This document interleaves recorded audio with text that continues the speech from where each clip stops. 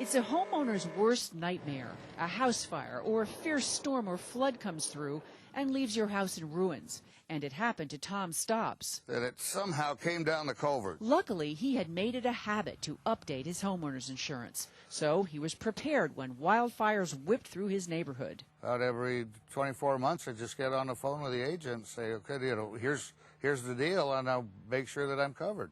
And they kept saying, you're covered. And by golly, I was. Unfortunately, some homeowners find that when disaster strikes, they are underinsured. The cost to rebuild their home is more than the value of their insurance policy. This means they have to come up with cash to rebuild their home to the way it was before. Homeowners need to remember that it is their responsibility to have enough insurance coverage. A regular conversation with their insurance agent or company is very important. The three most important questions to ask your insurance agent or company representative are: if my home is destroyed, do I have enough insurance to rebuild it?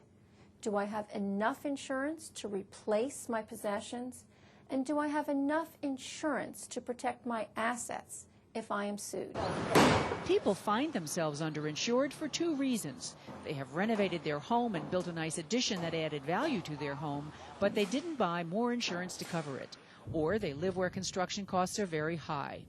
When a fire, windstorm, or other disaster destroys their home, they find they don't have enough insurance coverage to rebuild. One way to determine the building costs of your home is to call an independent appraiser. Then review your policy to make sure it reflects current construction costs. If it does not, call your agent or company representative to purchase additional coverage. And consider buying an Inflation Guard endorsement, which will help your coverage keep pace with rising costs. It's critically important that you take a look at your policy every year. Call your insurance agent and make sure that your insurance policy keeps up with you and your home. Fact is, I ended up, I think, probably $150 out of pocket for the whole house, the landscaping, the whole thing. And that was probably for an extra steak or two when I celebrated. Carolyn Gorman reporting.